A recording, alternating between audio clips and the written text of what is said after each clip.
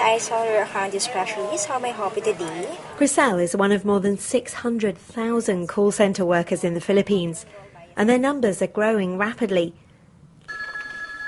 They handle complaints, book tickets, and even do HR and paralegal work for customers all over the world.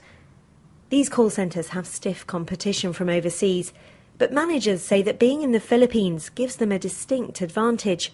Most everyone in the Philippines speaks a fair amount of English, and this has been the core of the workforce that we have to offer.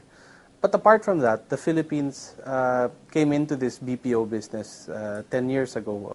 We didn't have to tangle with having to do away with old systems that we built. We've embraced that and we really move forward with technology. Almost all the buildings around here are call centres, and that's set to increase in the coming years. The industry estimates that it'll expand so much that it'll double the number of employees by 2016 to well over 1 million people. And there'll be no shortage of applicants. Unemployment here is high, and a call centre agent can easily earn double that of, say, a teacher or a nurse. But it's not just about the workforce. The technology they're using is equally as important.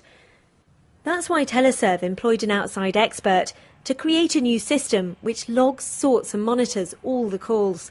The proactive solution, what it does is that it puts my call in a queue, and then when an available agent is free, I'm automatically called without calling the contact center again. In many ways, these call centre agents do exactly what you'd expect them to do. They answer the phone. But these phones are connected to the internet, which means the company only has to pay one price, and then after that, every call is free, which makes it a very cost-effective solution. But these agents don't just answer the phones anymore.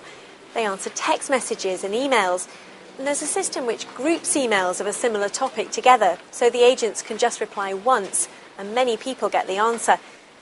The other thing that they're doing more and more of is looking at social networks.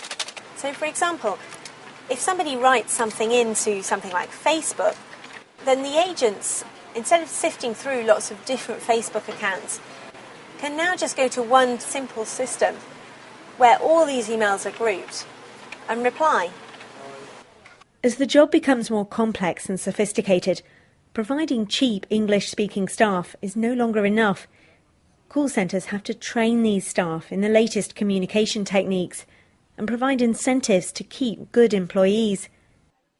They also have to lobby the government to make sure the country's infrastructure keeps pace with their growing needs. What the government's doing is enabling each of these places in the Philippines that's suitable for call center, that they will have the right infrastructure in place, plus the incentive that the different local government and the national government is giving.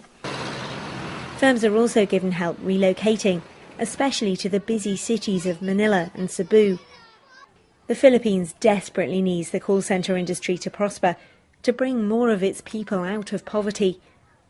But to do this, it has to have the technology to compete with the most advanced business systems in the world.